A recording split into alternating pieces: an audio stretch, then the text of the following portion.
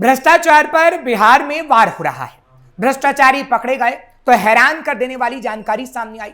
किसी ने रसोई की ओखली में करोड़ों जमा किए तो किसी ने रसोई के डिब्बे में, कोई दीवार में सोने की ईंटों को चिनवा रहा है तो कोई अहम जानकारियां छिपा रहा है। सवाल है कि बिहार में ऐसे कितने भ्रष्टाचारी हैं और बिहार से भ्रष्टाचार का ये दिमाग आखिर कब खत्म होगा। नमस्कार, कैपिटल टीवी का खास शो विभाग सवाल देख रहे हैं आप। मैं हूं आपके साथ हर्ष भारद्वाज। बिहार में भ्रष्टाचार के खिलाफ कार्रवाई लगातार तेज हो रही है। इसी कड़ी में आर्थिक अपराध इकाई ने कई जगह छापेमार कार्रवाई की है, जिसके बाद कई बड़े सवाल खड़े हो रहे हैं। सवाल ये कि बिहार में कितने भ्रष्टाचारियों पर गिरी गाज, सम्राट के एक्शन से क्यों मची अफरा तफरी, ईओयू को क्या क्या बड़े सबूत मिले, कितने करोड़ की संपत्ति हुई जब्त, विपक्ष के नेता कार्रवाई से क्यों घबराए। पुलिस किसी भी लोकतांत्रिक व्यवस्था की रीढ़ होती है। कानून व्यवस्था बनाए रखना, अपराधों पर नियंत्रण करना और नागरिकों की सुरक्षा सुनिश्चित करना पुलिस की सबसे महत्वपूर्ण जिम्मेदारी है। लेकिन जब पुलिस व्यवस्था के अंदर ही भ्रष्टाचार की शिकायतें सामने आती हैं तो जनता का विश्वास कमजोर पड़ता है। बिहार सहित भारत के कई राज्यों में समय समय पर कुछ पुलिस अधिकारियों, जिनमें पुलिस इंस्पेक्टर भी शामिल होते हैं, उन पर रिश्वत, अवैध वसूली, पद के दुरुपयोग और अन्य अनियमितताओं के आरोप लगे हैं। इसलिए बिहार में भ्रष्टाचार के खिलाफ कार्रवाई अब तेज हो गई है। इसी कड़ी में आर्थिक अपराध इकाई ने सिवान में तैनात उत्पाद निरीक्षक अंकेश कुमार गोंड के खिलाफ बड़ी कार्रवाई की।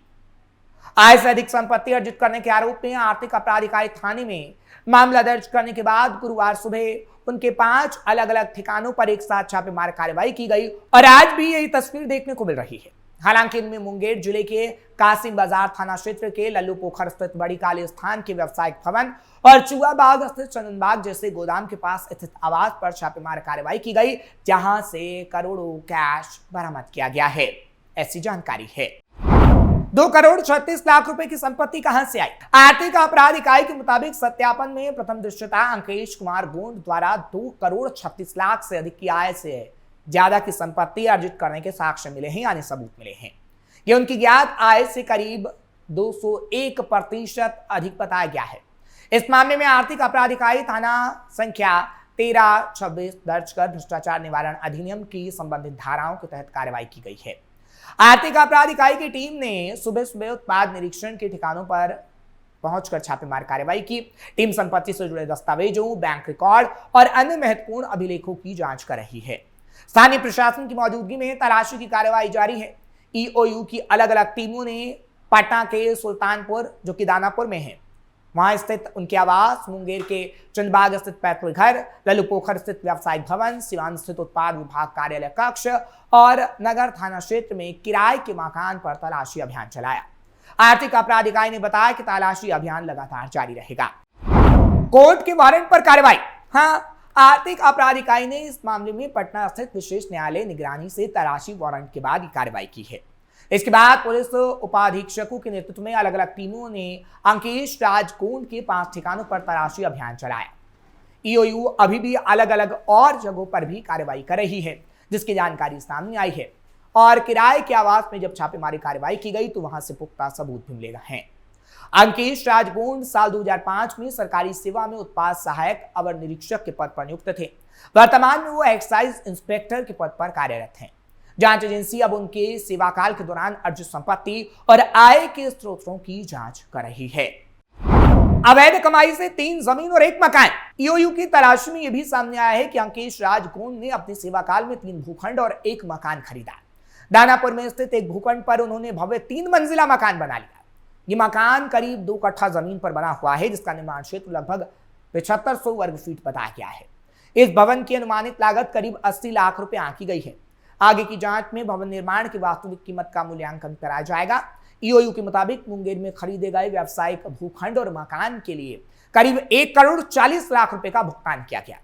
इस संपत्ति के लिए किसी प्रकार की गृह ऋण नहीं लिया गया, यानी कोई होम लोन नहीं लिया गया। सवाल है कि इतना पैसा आया कहां से।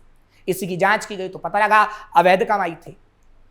और एजेंसी के मुताबिक ये रकम अधिकारी के पूरे सेवाकाल में मिले वेतन से कहीं ज्यादा पाई गई है। छापेमारी में कार, बाइक और निवेश के दस्तावेज। तलाशी के दौरान अंकेश राज गोंड द्वारा खरीदी गई इनोवा क्रिस्टा कार और 4 मोटरसाइकिल से जुड़े दस्तावेज बरामद हुए हैं। इसके अलावा उनके ससुर के नाम पर खरीदी गई हुंडई कार के कागजात और वाहन भी मिला है। इस वाहन के संबंध में आगे की जांच की जा रही है। ईओयू को म्यूचुअल फंड में निवेश किए गए जाने के प्रमाण पत्र मिले हैं। इसके अलावा आभूषण खरीद से संबंधित इनवॉइस और अन्य महत्वपूर्ण दस्तावेज बरामद किए गए। और तो और किराए के मकान के रसोई से भी कुछ पैसा बरामद किया गया है और ये पैसा किसी डब्बे या ओखली में बताया जाता है जो कि रखा गया था। ऐसा सूत्रों के हवाले से जानकारी मिली है। बैंक खाते और पीपीएफ से मिले 54 लाख। इतना ही नहीं, जांच के दौरान अंकेश राजगोंड और उनके परिवार के नाम पर अलग अलग बैंकों में कुल 8 खाते मिले हैं। इन खातों और पीपीएफ में करीब 54 लाख रुपए जमा पाए गए थे। ईओयू ने इन खातों को फ्रीज करने की कार्यवाही शुरू की। इसके अलावा एक बैंक लॉकर भी मिला जिसकी जांच अभी बाकी है। तलाशी के दौरान भारतीय जीवन बीमा निगम यानी एलआईसी और अन्य बीमा कंपनियों में निवेश से जुड़े 5 पॉलिसियों के दस्तावेज मिले हैं। इन पॉलिसियों में हर साल करीब 3 लाख रुपए का प्रीमियम जमा किया जाता है। ईओयू इन सभी निवेशों और भुगतान के स्रोतों की जांच कर रही है। जांच एजेंसी को जानकारी मिली है कि अंकेश राजगोंड अपने बच्चों की शिक्षा पर भी बड़ी राशि खर्च कर रहे थे। उनके 3 बच्चे पटना के डीपीएस स्कूल में पढ़ाई कर रहे हैं। इस संबंध में भी आगे की जानकारी टीम जुटा रही है। रिश्तेदार के नाम प्रॉपर्टी और वाहन। ईओयू जांच में यह भी सामने आया है कि अंकेश राज ने अपने रिश्तेदारों के नाम भी कुछ प्रॉपर्टियों को खरीदा है, वाहनों को खरीदा। जांच एजेंसियों के मुताबिक कई वाहन और प्रॉपर्टी जो खरीदे हैं उनके कागजात मुंगेर स्थित आवास से पाए गए हैं। आखिर भ्रष्टाचार की जड़ क्या है? अब बात पूरे भ्रष्टाचार की करते हैं क्योंकि ईओयू ने जो कार्रवाई की है वो एक इंस्पेक्टर पे नहीं, पिछले दिनों तकरीबन कहा जा रहा है कि 13 ऐसे इंस्पेक्टर के खिलाफ कार्रवाई की गई थी। हालांकि कोर्ट के आदेश के मुताबिक ये कार्रवाई की गई थी, लेकिन आखिर इसकी जड़ क्या है उससे भी समझने की कोशिश करते हैं। इसमें सबसे पहला कारण है जवाबदेही की कमी। जब किसी सरकारी कर्मचारी को ये भरोसा हो जाए कि उसके खिलाफ कार्रवाई होने की संभावना कम है तो भ्रष्टाचार की गुंजाइश बढ़ जाती है। अगर जांच में देरी हो, मुकदमे सालों तक चलते रहें या सजा का डर कम हो तो गलत काम करने वालों का मनोबल बढ़ता है, जैसा कि बिहार में इंस्पेक्टरों का बढ़ रहा है। दूसरा बड़ा कारण राजनीतिक और बाहरी दबाव। पुलिस को कानून के मुताबिक निष्पक्ष होकर काम करना चाहिए, लेकिन कई बार अधिकारियों पर कई स्तरों के दबाव होने की शिकायतें आती हैं। अगर किसी अधिकारी को लगता है कि उसकी पोस्टिंग, ट्रांसफर या करियर बाहरी प्रभावों पर निर्भर है तो व्यवस्था कमजोर पड़ती है। तीसरा कारण है पोस्टिंग और ट्रांसफर की संस्कृति। महत्वपूर्ण पदों पर नियुक्ति पारदर्शी तरीके से ना हो या फिर बार बार तबादले किए जाए तो कुछ लोग अपनी पोस्टिंग का आर्थिक लाभ उठाने की कोशिश करते हैं। हालांकि ऐसा हर जगह या अधिकारी के साथ नहीं होता। चौथा कारण है ज्यादातर विवेकाधिकार। जो पुलिस के पास जांच, कार्रवाई, कानून लागू करने की जिम्मेदारियां होती हैं, उसके एवज में वो कई पैसा ऐंठता है जो कि आम लोगों से लिया जाता है या फिर भ्रष्टाचार करके कमाया जाता है।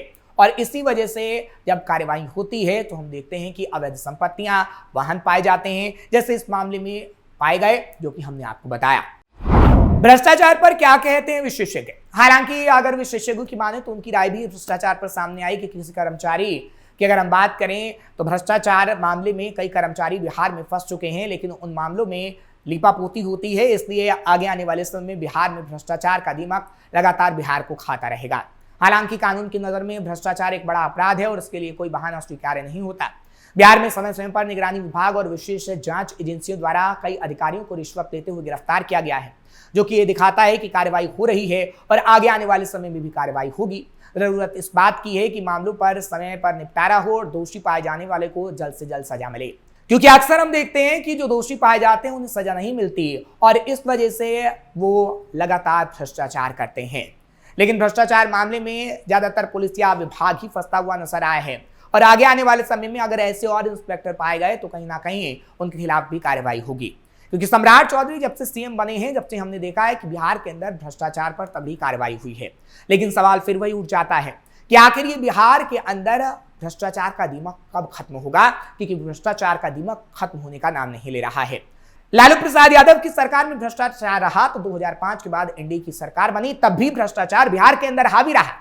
लेकिन अब सम्राट चौधरी से जो उम्मीद जगी है, क्या उन उम्मीदों पर पानी फिरेगा या वो उम्मीद पूरी हो पाएगी, देखने वाली बात होगी। बेबाकी से सवाल हम पूछते रहेंगे, क्योंकि बिहार में भ्रष्टाचार की जड़ पर वार होना चाहिए, जो अब धीरे धीरे हो रहा है। लेकिन बिहार में ये भ्रष्टाचार का दीमक कब खत्म होगा, ये बड़ा सवाल है। आपको ये खबर कैसी लगी कमेंट सेक्शन में जरूर बताएं। खबर को लाइक शेयर करें, कैपिटल टीवी को सब्सक्राइब करना मत भूलिएगा।